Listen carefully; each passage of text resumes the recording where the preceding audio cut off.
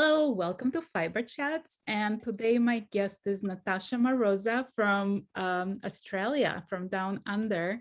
And she's also known as a mother of wolves creations on Instagram if you want to look her up later. And I'm going to leave the link down below. Hi. Hello, how are you? I'm great. So I want to start with how I met you. Or how, like, you know, that show, How I Met Your Mother? Yeah. Like, this is how our story starts. So I met your mom first and we became like bestest of friends. Yeah, she loves you. I know, I love her too. And it's funny because she's such a like wonderful, kind, supportive, but like very no nonsense person. Like she'll tell you straight like how it is, you know. Yeah. So it's like and I Blatantly love, honest. right, I I'm a love bit that like that about too. her. So she's been talking about you for all those years that I know her. Like you would come up in conversation, and then like as soon as you were on Instagram, so I felt like I knew you the second I saw you on Instagram. Like I've heard so many things about you already, so of course I had to follow.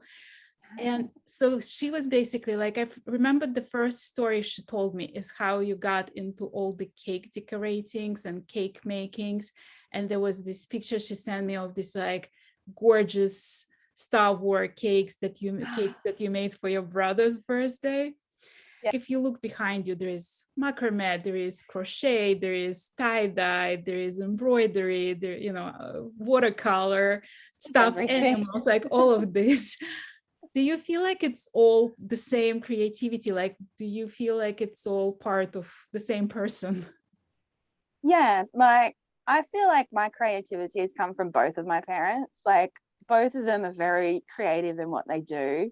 Right. And even my grandmother was very creative. She taught me cross stitch. I think she did teach me a bit of knitting when I was younger as well. And there's just always just been a lot of creative inspiration around me. Like mum used to take me to the craft shows and things like that. And I used to just go nuts and be like, I want this, I want this, I want this. And it was always amazing when we got home and we'd go through everything and have such a ball. And then we'd forget about how to do half the stuff from the demonstrations.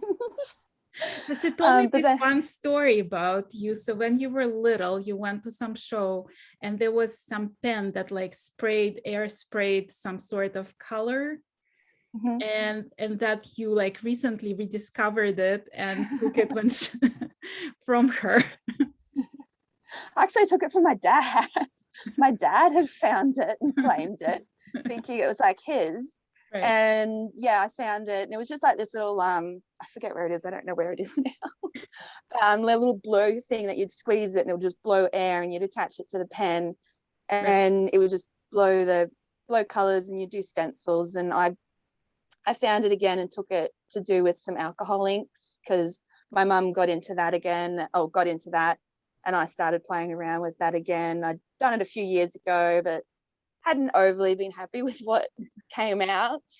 But then she does it with like an air sprayer and stuff, and I was trying to use that, and that was a lot of fun. And yeah. What's your first like earliest memory of crafting? Oh, I don't really know. Like I was always making things and playing around and cutting up fabric and making dresses for my Barbie dolls. And I used to love when we're going to my grandparents because my gran used to save all boxes and egg cartons and all this stuff, and she used to have it all in this cupboard, and we could go in there and create all these make all this stuff. And she didn't care, she loved it. And that was that's my earlier memories. But and then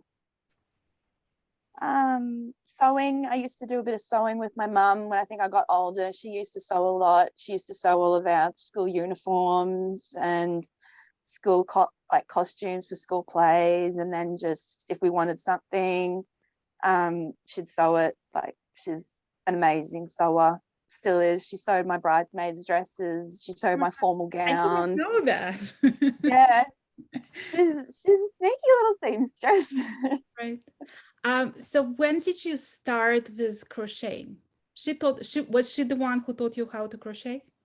Yes, she taught me how to crochet. So I think it's 5 years ago now. I just came to her and asked her to teach me. I had a friend at the time was making like little crochet things, and I'd see her stuff and was like, oh, that's pretty. And then Pinterest is like such a pit of everything. Like my Right. Pinterest is insane. And it would just be finding things on there and being like, oh, that's cool. And so yeah, then I just came to her one day and she started teaching me. And then because I live 2 hours away from her, so then I brought all my stuff home. She gave me a hook and some yarn and sent me on my way. And I went home and I improved like drastically very quickly, like within the night sort of thing. I was doing it and my square was improving and it was really good. And I was also following a lot of YouTubes. There's one that I really like and recommend, Bella Coco Crochet. She's good for learners and she does left and right-handed as well. Right. But she's a good one for teaching you as well. So, So yeah, about 5 years ago. right. And then you also did macrame, right? Was Mhm. that before or after? After. So the macrame has been after. That's probably about maybe 4 years or so. I used to see all the macrame stuff in the shops and it started becoming very popular, and Right. and then Pinterest again. Like Pinterest is where I find most of all of my inspiration. So You what were just you scroll. making with it? Like, was it mostly like the flower pots or the wall decorations? Or what did you do with it? So I brought my first wall decoration. Um it's not, oh no, it just broke. I'm So it sure you goes can that. fix it in about 2 seconds. Yeah, I'll fix it. So That's that was done ages ago. I didn't know what I was doing. Um, I think I pulled it apart and made it so many times, and then I didn't follow a pattern. I was kind of just following YouTube tutorials and seeing where it took me. And then I do have a couple of plant hangers too. Actually, the first one was a kit my mum gave me. Actually, where is that? I don't know where that is. But it was a little kit and had like the t-shirt, yarn, macrame, right. and yeah, I made a little plant hanger out of that, and that kind of started it. That taught you like the square, how to do the square knot and stuff. And then just YouTube. Like YouTube is amazing. It's got so much, and I'm much more of a visual learner than a reading. Like even now I read the crochet patterns and I was like, oh, and then I just go to Somebody YouTube just and find show a me, tutorial. right? And Once you show me, then I can read it and understand it. right. And how did you discover the tie-dyeing? So tie-dyeing has been something that I'd wanted to do for a while. And last year, our school was going to do a neon themed disco for the kids. And there's no real neon colored stuff for boys out there. And I've got 3 boys. And I was in Spotlight, which is our big craft store that's in Australia. Mhm. And I they had the tie-dyeing kit there, and one of the colors was neon colors. I was like, oh, maybe I'll get that. It was on sale. So there was just a tulip tie-dye kit. So I got 2 of them. And then I was watching lots of videos and YouTube and TikTok and things. Then like they were showing lots of like the reveals and stuff like that. And I'd be like, oh, that's so cool. I want to do that. And so then I did the tie-dye shirts. Well, actually, no. Then the school got locked down and the pandemic all hit. So the tie-dyeing stuff got put away. And then I was just like, oh, it seemed a bit daunting for me too. Like I was scared of it as well, like because just of the mess and something I hadn't done before, and I procrastinated over it for ages. Right. And then I think I had the kit sitting here for a long time. And then I can't remember if it was during the lockdown or it might have been around my birthday. I think I was like, that's it, I'm going to do it. I just, all of a sudden one day I'll be like, that's it, I'm going to do this craft now. I've looked, I've researched enough, I've procrastinated enough, let's just dive in now. And I did, and I loved it. It was great, and the kids enjoyed it.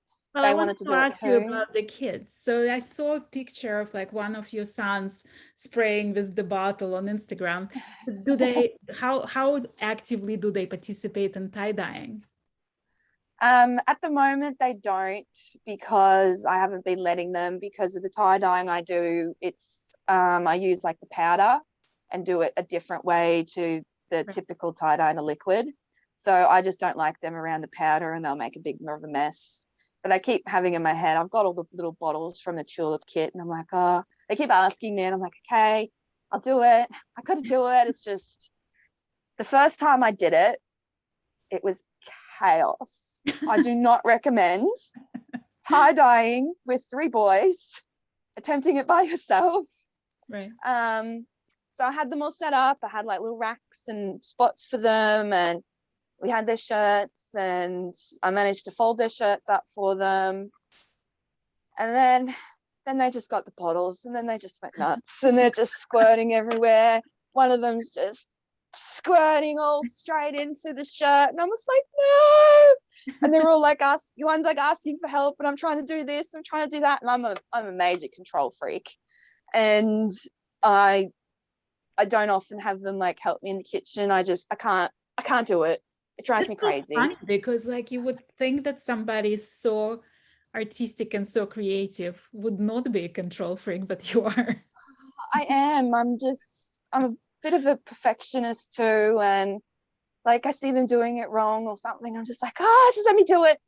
But then we got through it. I survived. And like boys have a very short attention span, so they were just like squirt, squirt, squirt. Yeah, done, done, done. Okay, where's the next one? I was like, well, that's it. I only had like one shirt, and I was like, that's it. Did But then they the like next the time results? yes, they did. They loved them. Like they were over the moon. They I don't think they turned out as they might have envisioned in their head, because one of them was trying to go for a good kind of galaxy look in his spiral, but the colors don't turn out as bright with the tulip kits as they do when you get the proper Procreon dyes. So they don't come out as bright and as vibrant and as fun as the other stuff, but they were still over the moon with it and happy. Right. And then I did it again with them. They did some shirts and some library bags, but that one I did separately. I did singly with a child. I was like, okay, it's one person's turn to come out. I learned and my we'll lesson. do it. And then that's when I got the photos and was like, oh, this is so nice. Well, so I accidentally stumbled upon your live on Instagram where you were demonstrating how you tie-dye. And somehow I got stuck there for like over an hour just watching it, totally being mesmerized by the whole process. When you do it, and like now that you've done a bunch of them, do you have a picture in your head of what it's supposed to look like when you're done? Yes, it depends. It depends on the shirt and how I'm tying it. And then sometimes I tie stuff differently and try something completely different. The spirals and stuff like that, I'm pretty much know how they're going to turn out now. Yeah. But then like the one that I had tied up in the live stream, I had no idea. I tied it up ages ago. I'd tied it up backwards to a normal mandala. Instead of starting in the center, I'd started in the outside corners. And but yes and no. It depends on what it is. And then sometimes I can go into something new and be like, oh, this will be great. And then I wash it out and I'm like, well, that looks a bit stupid. And then it goes into a little pile over in the corner that I don't show anybody. Well, out of like all of your experiences, how happy are you with like majority of the things? Majority of the things I'm very happy with. There's been a few things that I've made and I've been like, I'm not overly happy with that. But then I've given it to the person that I've made it for, and they've loved it. So Right. then that makes me happier. Like there was a shirt I did, I forget what I called it, but it was very dark and had zigzags on it, and I had put color in it, but the black overpowered it so much that it came out very dark. Mhm. And I was just like, oh, it's horrible. I hate it. He's gonna hate it. It's just blah. And it was for a young boy. But then I was like, and then after talking to my husband, he's like, just, it's fine. People will like it. It looks cool. It looks different. I Right. was like, okay. And then I gave it to him. I was like, look, mate, if you don't like it, I'll make you another one. I was like, I'm not happy with it, but you might be. And he loved it. He put it on straight away. We were camping at the time. He wore it the whole time camping. It filled my heart with so much joy every time I saw him wearing it. I was just like, oh, he Right. still likes it. I And then I mean, see him wearing children it. don't like children don't fake it. They just like, you know, that they love Yeah. it. And I made shirts for my niece and nephew who are older, and they're teenagers. And one of them, just, she doesn't like colors much, and she's just not a very bright person. And I made her what's become like the first rainbow swirl. It was just a spiral with all colors on it, and Mhm. she loves it. She wore it everywhere. And then I made her another one for her birthday in more colors that she likes, and she immediately put it on, and I just love it. And I love it. My brother sends me pictures. He's like, oh, they're wearing their tie-dyes again. You got to like pry it off of them to wash it. And I was just like, hey. Um, do you have like a craft that you go to when you overwhelmed, or when like there's just too much stress with the kids and whatever your life is? There some craft like that you always come back to? I'd probably say the crochet.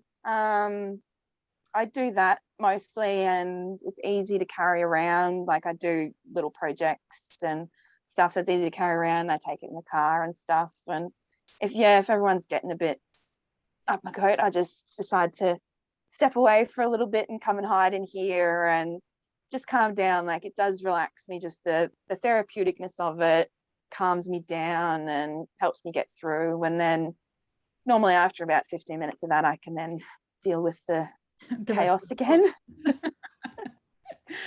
Um, do you have you ever taught any of the kids how to crochet? No, none of them have really showed an interest. They probably did when they were younger. They used to get up and grab my stuff and be like, oh look, I'm mummy. But they haven't recently. I don't know how I offered to teach one of them when he got banned from technology, but that he then didn't care anymore. He was like, okay. And then it never came about again. He never asked me again. So I was like, okay, whatever. Right. If they come to me and ask me, I'll probably try and teach them. But then I'll have to share my yarn and stuff with them. And, I know, right? That's like the worst that's thing. not fun. Well, talking of yarn, you recently started dabbling in being an indie dyer.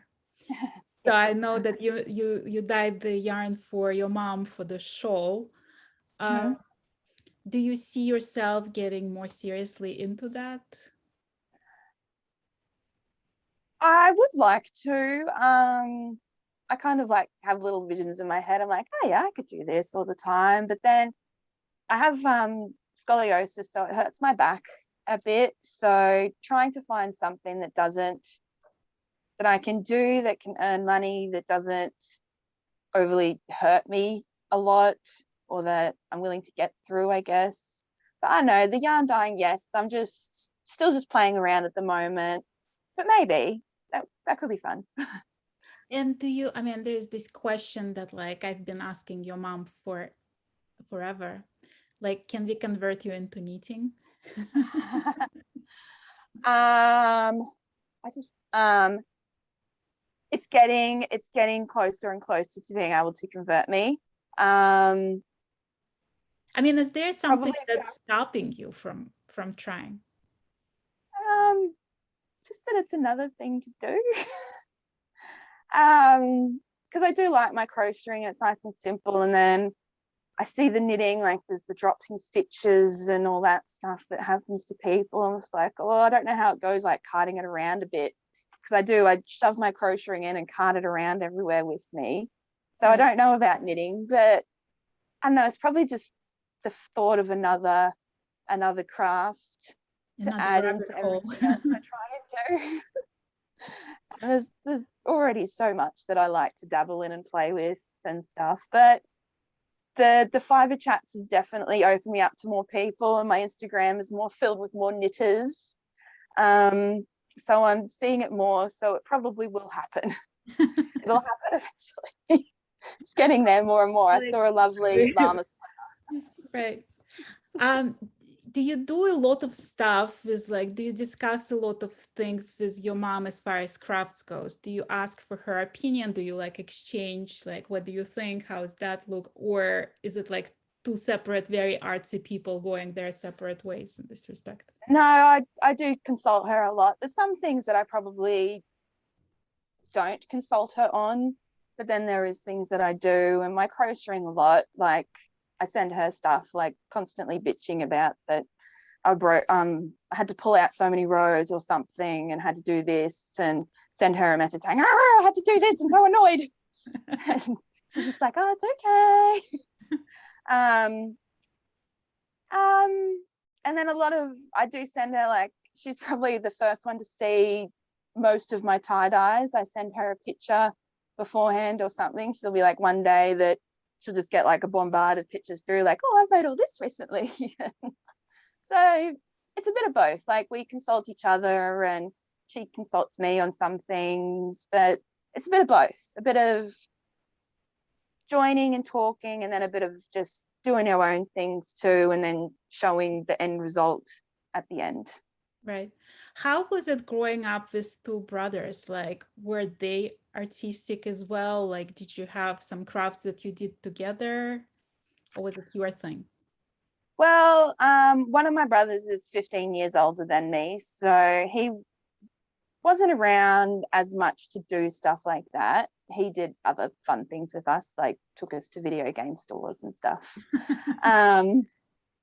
My other brother that's 2 years older than me, he used to make some things like at Grand's too, and Grand taught him how to cross stitch. Like, we both cross stitch like a bookmark, and Grand would help us with some parts, and we picked out our own little pattern and stuff. And he liked Lego and likes building stuff with Lego and things. And I think both of my brothers are creative in other ways, right, but not so much in making things like I am. Are they supportive with your craft explorations? Yeah, they're supportive. Especially with the cakes, right? I love that. Yeah, I haven't done the cakes in a few years. We moved, like, when I was doing the cakes, I had a bit of a bigger kitchen and more room, and now our newer house has got a tiny kitchen. And then I haven't done it as much and kind of lost the enthusiasm behind that. I still have all the stuff, right, and I might do it again one day. It's just, I guess, if I start doing one, then I got to do another, and there's about a birthday every month, so it's right, it's constantly making cakes. But no, they're supportive, and they do like the cakes. And I've heard along the grapevine that some of them are waiting for tie-dye shirts. So I have in mind what I want to do. I just haven't got there yet because it's the next level of tie-dyeing. There's something I want to do, but it involves stitching it.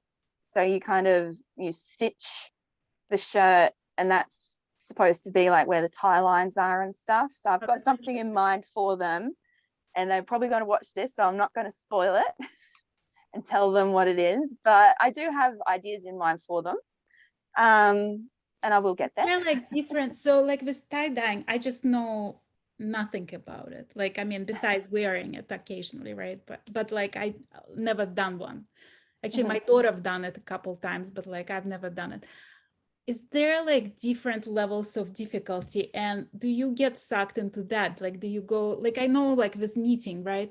when I've met your mom, like she knitted everything on the planet basically. But then I was like, how about we'll knit some Shetland lace? And she was like, okay.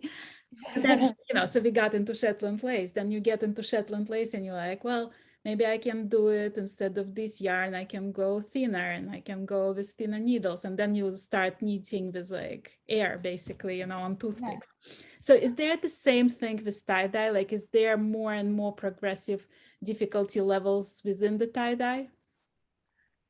I guess there would be in some way. Like there's some ties that are just simple and easy to do that it's kind of everywhere that everyone does, and then it gets more intricate, like the pleating can get quite difficult sometimes, and then some of the other tyings, like there's like a geode tie that you wrap it around lots and lots and lots, but I don't know if there's really a difficulty level. It's just, I guess, what you're willing to experiment with, what you're game enough to go out of your box and try and come up with something different that hasn't been done before, I guess. Do you have a favorite project that you've done so far, like something that you like super pleased with? Well, I'm pretty pleased with my outfit. Oh, that's so gorgeous. So that's what I made with the fabric that I dyed. So I'm pretty proud of that. Oops, everything just fell over. This would be my favorite one I've made so far. The one I called Totally Worth It, because it took me like 4 hours in total to do it. Right. But yeah, that would be my most favorite. And I really like this one. I brought this one in to show it. Oh, that's gorgeous. Reminds me of lava or something.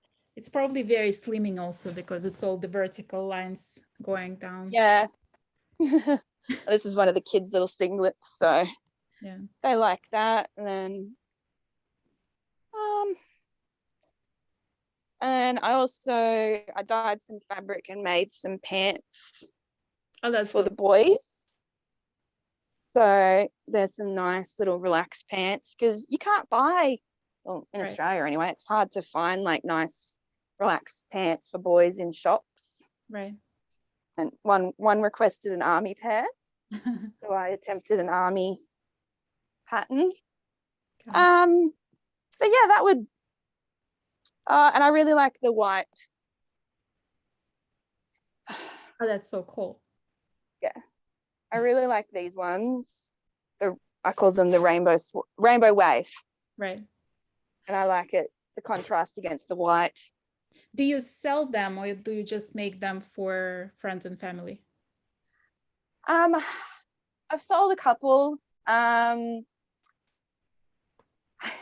can't settle on a price to charge for them, because I put a lot of work and effort into them, and then I feel like they might not be worth like the $60 or something that I want to charge for them. Right. But then like you can buy shirts, like, because I want to make the profit from them. I don't want to just give them away. Sell them. Like, right. I'm sitting there doing the time, I'm putting the work in, and then there's the cost of everything involved too, and it's hard to put a price on handmade items. No, it's tough because it's it's like, first of all, you feel like when you're selling stuff, you like allowing other people to critique your work, which is like, this is your baby, like who can critique that, but it's also like you have to justify your price. And I was talking about it with like with Monique Boomstra, because she was saying, I have to charge that amount of money for my shawl because I spent that amount of time on it and it took that amount of yarn, and it's like that lengthy process. So it's, people cannot expect it for free. Like they have to pay the price that it's worth for me, So it's a common issue. Yeah. And it's hard to, tie-dye is a very big thing, and like it's all in all the shops as well. And I've been trying to do stuff that's like a bit different to the shops, but then the different stuff takes more time and effort as well. So you kind of want something in return for it. So I'm also just very lost. I don't know where to start on trying to start a business and things. Like I get all these ideas and start trying to buy things and then it goes nowhere, or I don't know where to start. So if someone can point me in the right direction of where to start, maybe Yeah, that I can start researching and looking into it and things. but it's interesting. Like I was recently interviewing Donna Astin, and she's teaching marketing course with the Knitting Guild Association, and like this is what she's teaching, because people come to her and they're like, they dye yarn, or they have like their own little thing that they want to start as a handmade business, but they just don't know how to market it, how to advertise it on social media, how to create that first sale, how to create that market for themselves. So this is what she's teaching. So perhaps I should connect you two together. Maybe. Yeah. She can give you a couple pointers maybe.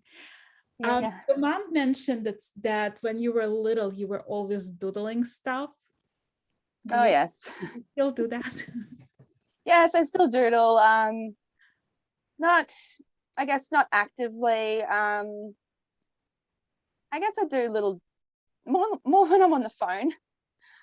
Is when like the doodling comes out and you're on hold to someone and you just start drawing. Or when I might be feeling a bit lost or something, maybe I'll draw and doodle or something like that. It's always fun. It's such a simple little thing.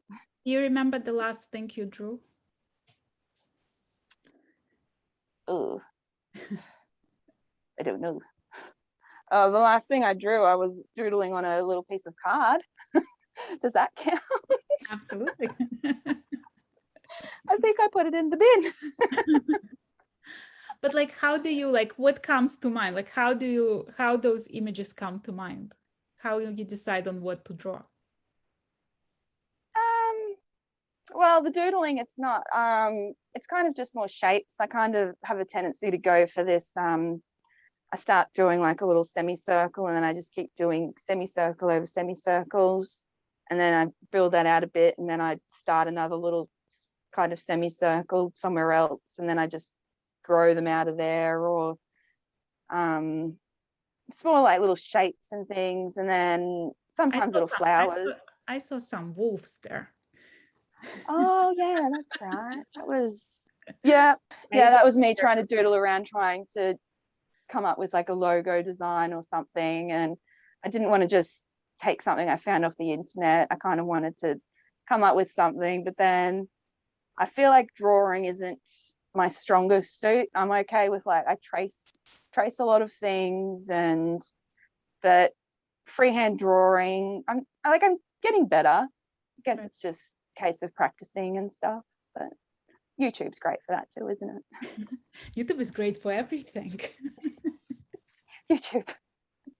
Do you have do you love to cook, or you only bake? I do love cooking too.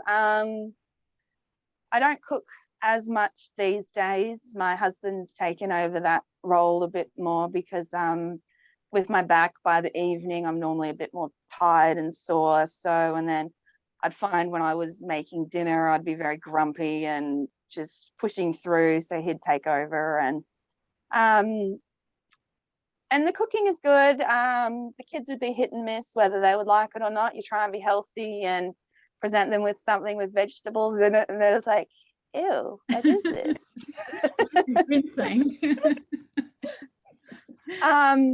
But I like all of it. Like I do like dabbling in different cooking, baking. I like it all. I just haven't done it much lately. I try to make like the kids some food for lunches and things sometimes. Does he have a signature dish that you love? Pasta sauce. Just a typical red bolognese sauce with pasta. That's a weekly rotation around here, and make a big lot, and the sauce we can either freeze it for another day or it lasts for another day during the week. Right. Do you feel like with all the kids in the house, how do you find time to do your arts and crafts? A lot of it's when they're at school or when they're in bed.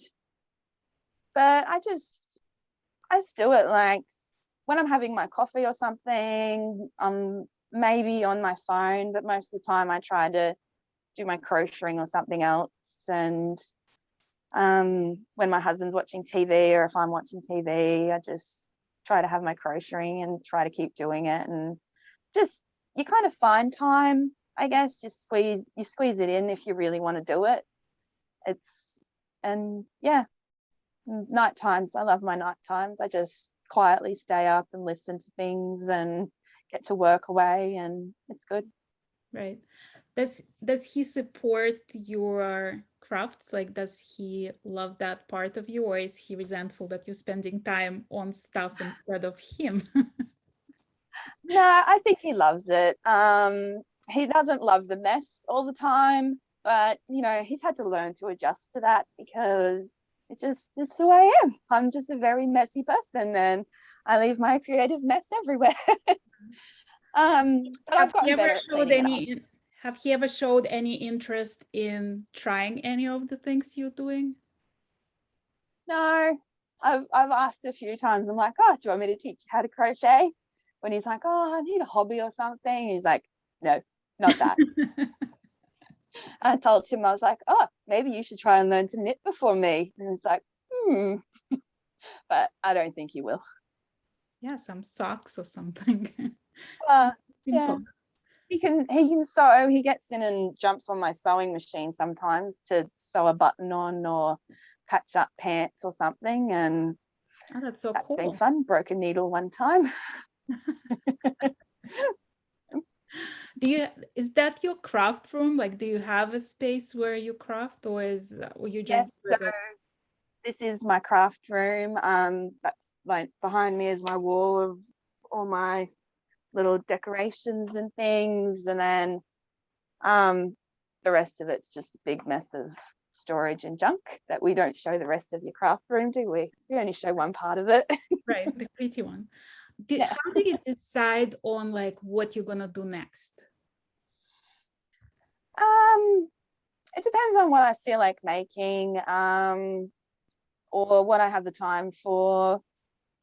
So with the tie-dyeing, I need to have like at least a 2-hour chunk of time to sort of sit down and do it.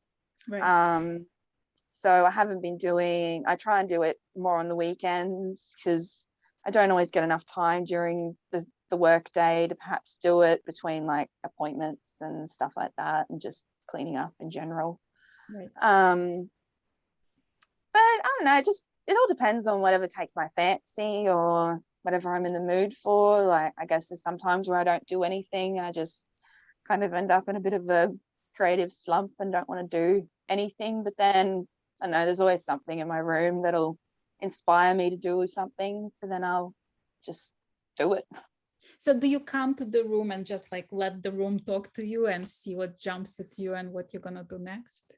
A little bit sometimes. Depends on how messy it is. Sometimes I'll come in and I clean it up, and then you find things and you're like, oh, this is fun, I'll put that out to do that later or something, and find like the little kits that you bought at a craft show that you're like, oh, that's really fun to do, let's do that, and then it just goes in the cupboard and I forget about it. So yeah, it's a bit of both. Or Pinterest and Instagram, they really help inspire you when you're lost. Right. Well, talking about Instagram, like I noticed that because of COVID, because of the lockdown, I use it much more, and I met so many interesting people. And actually that's how the idea of Fiberchats was born, because I kept on meeting all these people and I was like, I have to tell the world about them, right? Do you meet all these people? Are there people in Australia? Do you have some social groups with other artists? Do you meet people from other parts of the world? Like, what social media means to you? I don't like Facebook.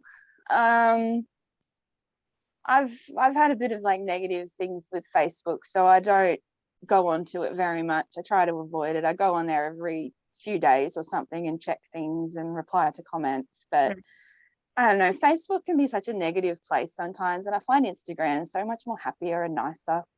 It's like, and I feel like on Facebook, like the reason why we open Knitters Gonna Knit there was just because of that, because we had like such a negative experience with a lot of knitting groups and we couldn't deal with it. And we were like, you know what, we want a group with just one rule, be nice, like one rule. So it's like, I feel like sometimes it can be like too restrictive, and there's like people who act as experts and know it all and like start criticizing everything you do. So sometimes it can be a little bit spirit dampening. And Instagram is just more inspirational because you see a picture like, and you can because it's the pictures and they're nice pictures. And but no, I don't have any like other real like little social groups or anything. I don't have anyone that I go and crochet with aside from my mum. When I go and see her, we just sit there and watch a movie sometimes and crochet. It was nice. She fell and hurt herself, which wasn't nice. It was horrible, but I went up and got to spend a few days with her, which was nice, just by myself and just taking care of her, which was nice, just being with her and getting to do like a little bit of crocheting, and she was still knitting. It's amazing. She dislocates her shoulder, yet she still manages to knit. Well, knitters are like hard crowd, it's like we have a lot of discussions with like people after like finger surgery. Okay, how many hours it's going to take me to get back to knitting, kind of thing, So what's a little dislocated shoulder? You can use what's that? Right. She's back at it. She was in a happy place. I think it probably helped her too. It would have helped her. I feel like it's sort of healing because it's like something that you love doing, so it brings the sense of normalcy and like in your life back into your life. What's that pretty thing behind you, the pink one on the mannequin? That is a it's a top that I got from an op shop, and then I've just dyed it. I didn't make it. It was like, I think it's just a machine knitted thing, but it was cotton, and I was like, let's dye it. Do you do that a lot? Do you like buy ready clothes and you just like, oh, let me see what magic I can do with that? Yeah, a lot of things. Like I just I have a tendency now to just look for white stuff. And I'm like, oh, that's white, can I dye it? I'm like, oh, that'll be pretty, let's dye that. But a lot of the t-shirts and stuff, and then like something like this, I don't know if there's anywhere that you could buy a blank white one, like some things you just got to make yourself. So, but it's a bit of both. And then I've been liking going to the op shops lately, and you kind of find something that's cheap and old, but it's still fine, and you just add a bit of color to it and brand new, give it second life. Yeah. What are you working on right now? Like what's in the works? So at the moment I'm working on this. It's just going to be a wall hanging when I'm done, and it's with yarn that I dyed myself. And I'm kind of following a pattern, and then also not. I modified it slightly. It was a pattern I found online that was just like an image of like the drawing of the crochet. I forget what they're called. And yeah, they were like, we don't know where the pattern's from, and they had like one little written bit, and I've added, it was 4 swirls. I don't know if you can see the swirls in it, but it had like four swirls, and I've added a 5th one to it, and it's just spiraling out. And my plan is to just go use up what left I have of the little bit of yarn, and then I'll make a frame and mount it on the wall, and it can look pretty there. Sounds good. Sounds like a beautiful project. Well, thank you so very much for being my guest today, and I loved getting. Thank you for having me. I was very honored that you were here. And I better say hi, Mom. Hi, Mom. We love you, Claire. I do. I love my mama and my dad and all my family. Hi, family.